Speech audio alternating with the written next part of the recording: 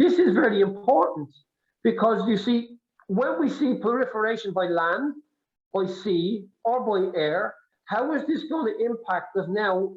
We have abilities to stop weapons being shipped to terrorist organizations. That's not the case now, because if they couldn't stop people going into Afghanistan, they can't stop equipment coming out. And that's very, very important. So we've seen in the last 2 to 3 weeks a major shift in global power.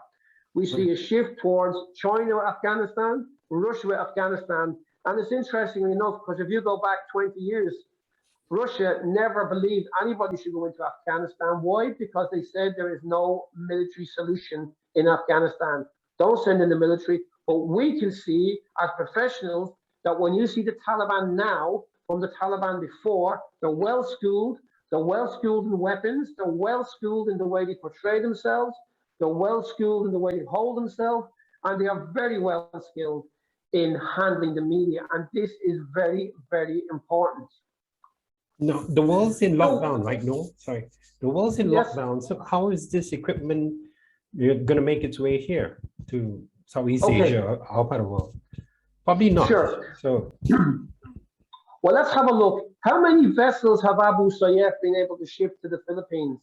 How many people were able to travel down through Central Asia and transfer themselves from Southeast Asia into Mindanao to fight the Philippine army? Because ISIS said, when they lose the caliphate, everyone knew, especially in Southeast Asia, in the security service, intelligence services, that there will be some sort of caliphate being set up in the Philippines. They knew that. So now you have another weapons trail coming from here. So the proliferation from weapons there. How many times can they stop Abu Sayyaf stopping people in vessels? How many porous areas, how many islands in the Philippines and Southeast Asia? This is how it works. So when people and security forces are locked down, or when things are locked out, people are moving. Why? Because the world is being focused on coronavirus. Now, the most dangerous thing is the exportation, not just of weapons, but of ideology. You see, ideology is even more powerful. Why? Because when people are angered, injured, wounded, intimidated, or ignored, they rise up against the state or that of another state. So we see already what's happening in Indonesia, the amount of attacks on places of worship, on various foreign people in Indonesia, which is the most popular, one of the most populous countries in Southeast Asia. And also, Malaysians have already been identified as being spotted in Afghanistan with the Taliban and in some cases with ISK. So we have to understand that people are already in that location.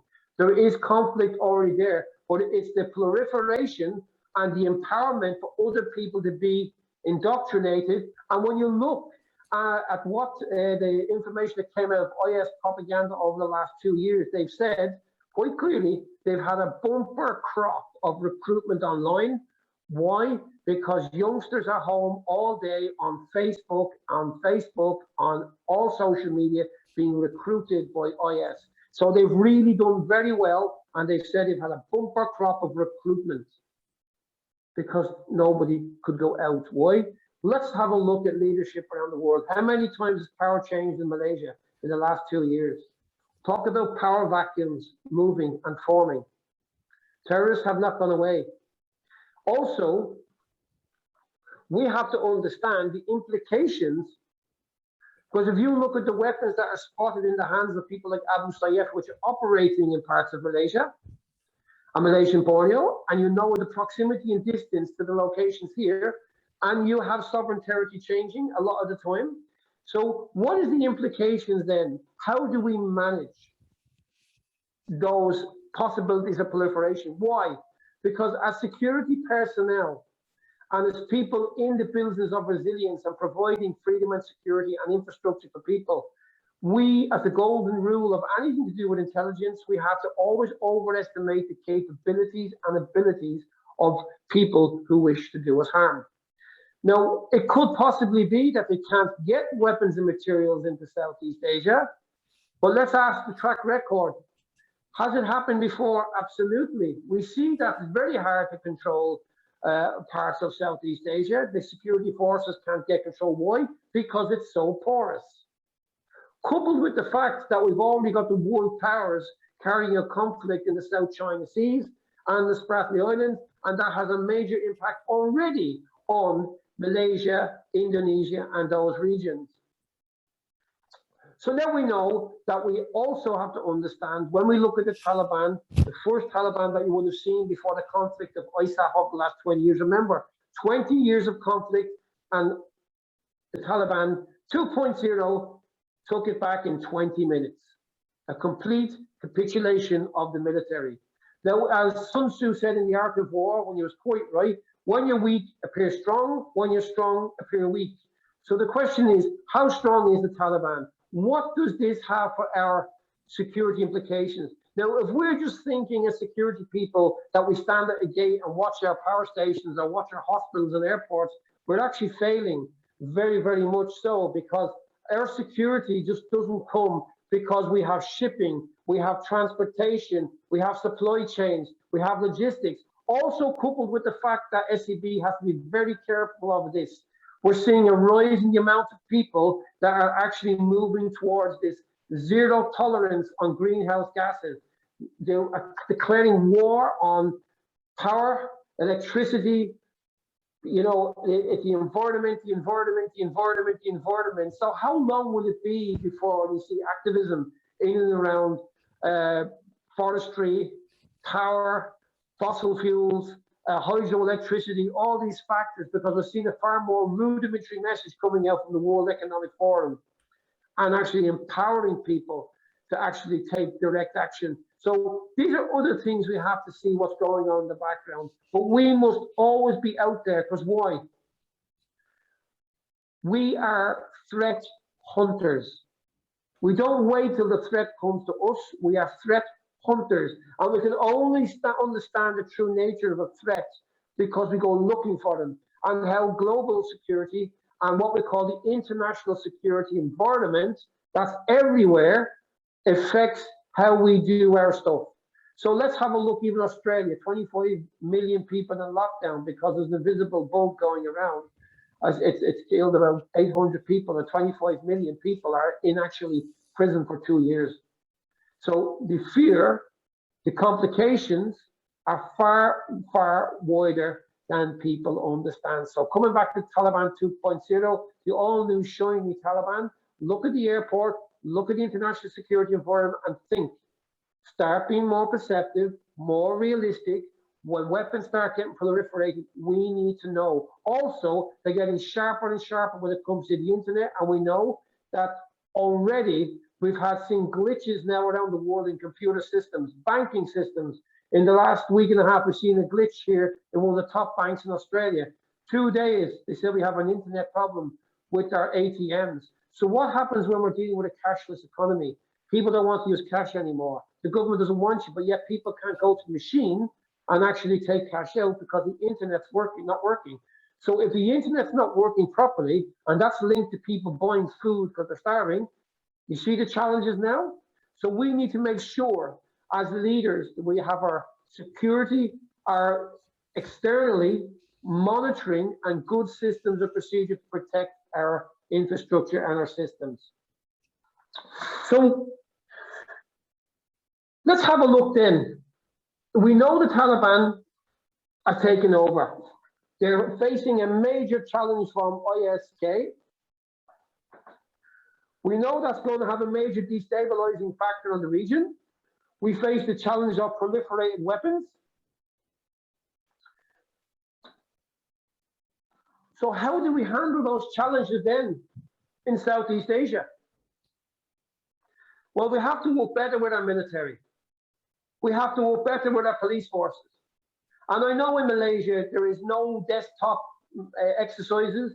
There's no real templates for dealing with catastrophic power grid failure.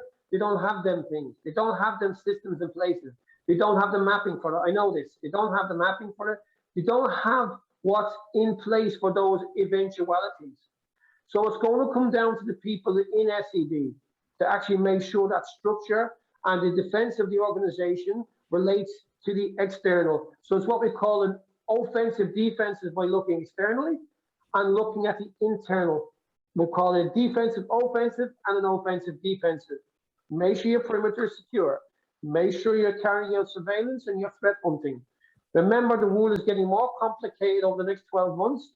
People want 100% zero emissions, carbon emissions. So we're going to see a lot more politics. We're going to see a lot more drive towards zero emissions, and that's going to have a direct impact on electricity production around the world, especially in third world countries. And people say, oh, but we need to go the nuclear route. Well, as far as I'm aware, you don't have a nuclear capability for power production in Malaysia or Singapore. No. So the challenges are this. If you go the nuclear route, it will take a long time. Secondary, when you have the nuclear route, then it's what we call the Siamese twins concept. When you have one civil nuclear program, it's very easy to turn it military nuclear program. That brings a whole new selection of challenges. So let's talk about, we know now the background of the Taliban. We now know about Abbas ibn Abdul Muttalib and the Abbasids, and from the 8th century to the 3rd century, the origins of where they're claiming ISK should come from, a splinter group of the IS, and we all know their story, how virulent and nasty and evil these people are. But the question is, as people involved in the security profession, now I don't even like the word security, and I've never liked it. We should call it resilience. We know at some point we're going to get challenges. There will be hits, but we have to manage how we manage the expectations. Now, our job is to prepare for eventualities and not just wait for something to happen, because you saw what just happened at an airport. If that can happen to the world's greatest militaries, it can happen to anybody. Now, why is that? How did ISK get into the airport when the arrangement was done?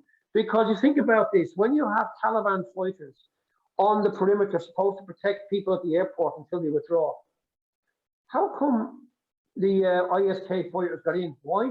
Because the ISK fighters are former members of the Taliban 2.0, and they must have identified the slip through with a suicide bombing. So it's very spectacular. We're starting to see emulation through Indonesia, where the security forces are rounding up all potential terrorists who've actually served in Afghanistan and came back as well, rounding them up and actually interrogating them. So we're already seeing the moves in Indonesia. It's going to be very interesting to see what happens in Malaysia. But we cannot wait. We always have to be at the forefront of international events. Why? Because you are in the power industry. Without power, there is no society. People are socially and economically dependent on the grid.